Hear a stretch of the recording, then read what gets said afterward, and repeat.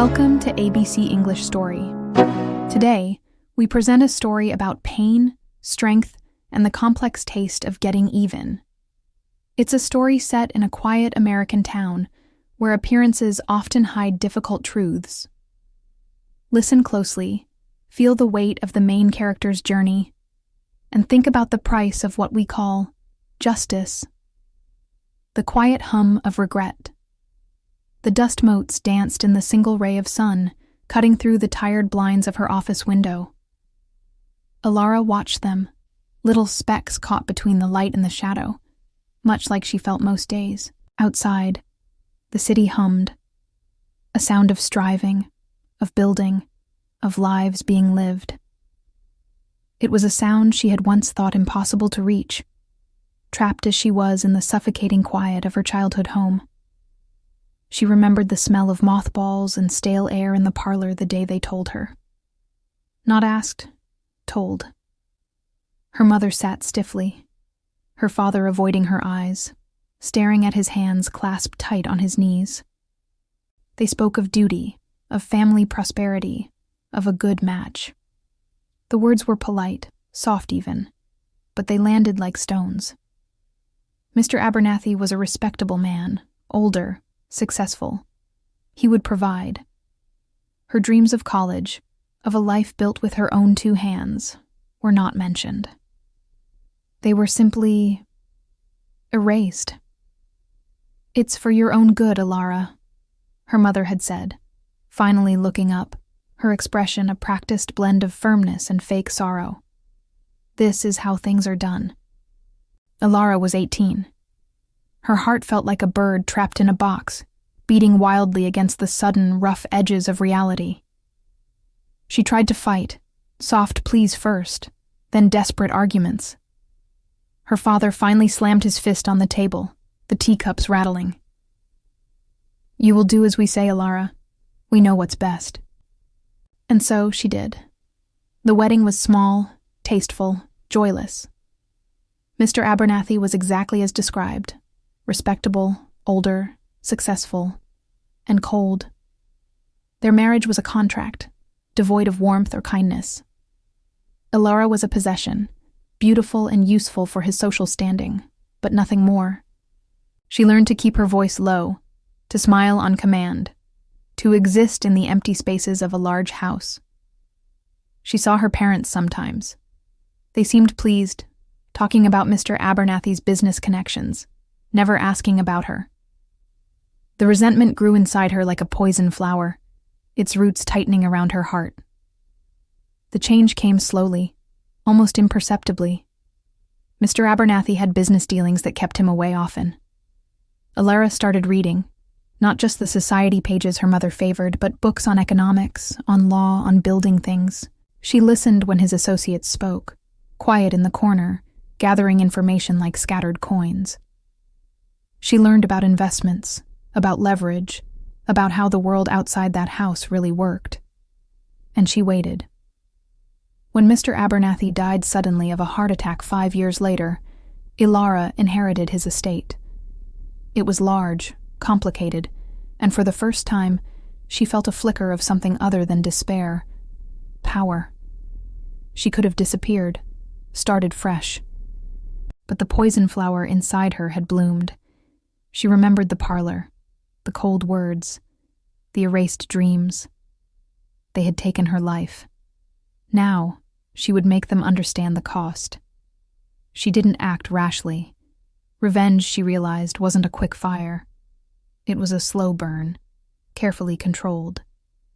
She moved to a different state, somewhere her past wasn't known. Using the knowledge and resources Mr. Abernathy left, she started building. Not the kind of safe, respectable business her parents admired. Alara built something sharp, innovative, and slightly ruthless. She took risks, worked 18-hour days, and pushed herself until she broke, and then put herself back together. Stronger, colder. Over the next 15 years, Alara Sterling became a name associated with success, with intelligence, with a quiet, formidable power.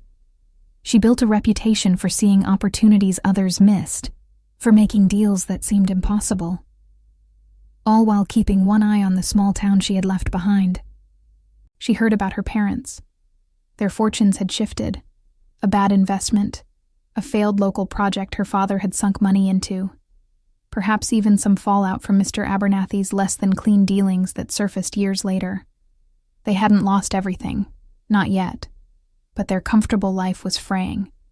The fancy car was gone. The house looked a little less grand. Their social circle had shrunk. They were tasting the bitter flavor of decline. The perfect moment arrived not with a bang, but a whimper. Ilara learned through her network that her father's business, the one he'd built his identity around, was in serious trouble. It was on the verge of collapse, needing a significant investment to survive. He had approached every local bank, every old contact. No one would help.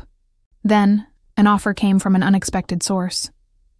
A holding company based hundreds of miles away, known for buying distressed assets. The terms were harsh, giving the investor almost complete control, but it was their only lifeline. Her father, desperate and proud, took it.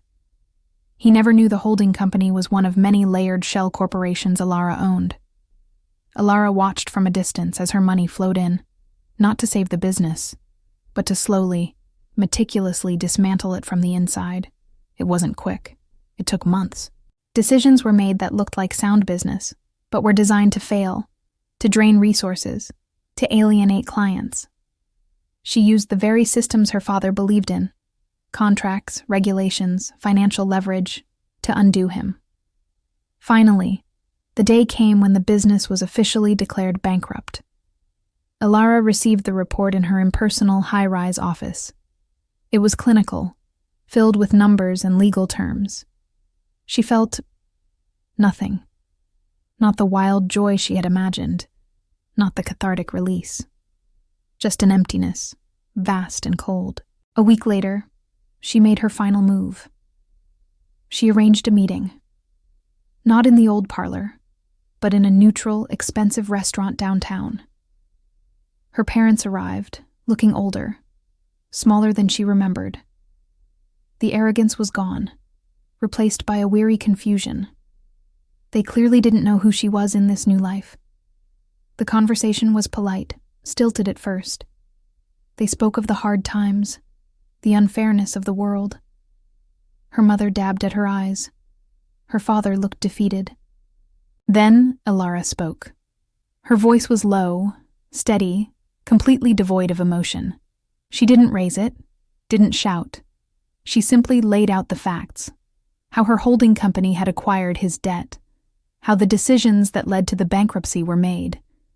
She used business terms, legal jargon, keeping it purely transactional. Their faces changed, first confusion, then disbelief, then a dawning horror. Her mother gasped, her hand flying to her mouth. Her father's face went pale, then red with a mixture of shame and rage. "Ilara," her mother whispered, the name barely audible. Ilara met her eyes, then her father's. There was no fire in her gaze, just a deep, quiet ache.